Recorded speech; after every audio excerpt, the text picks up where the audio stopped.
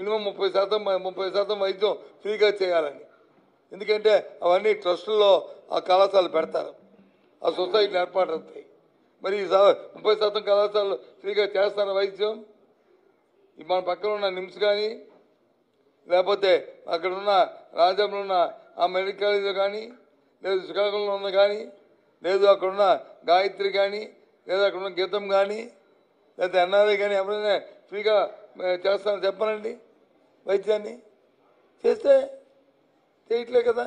ఏ రకంగా దౌర్జన్యంగా దుర్మార్గంగా మరి వసూలు చేసి చచ్చిపోయిన బాడీని కూడా ఆ డబ్బు ఇస్తే పరిస్థితి ఉన్న పరిస్థితి కరెక్ట్ కాదు కదా. ఇగో చెప్తున్నాడు మా ఎమ్మెల్యే గారు, మా మాజీ ఎమ్మెల్యే గారు, ఏమని జీతాలు కూడా ప్రభుత్వం ఇస్తారు. ప్రభుత్వం 2 సంవత్సరాలు నేను ఎందుకు ఇవ్వాలి?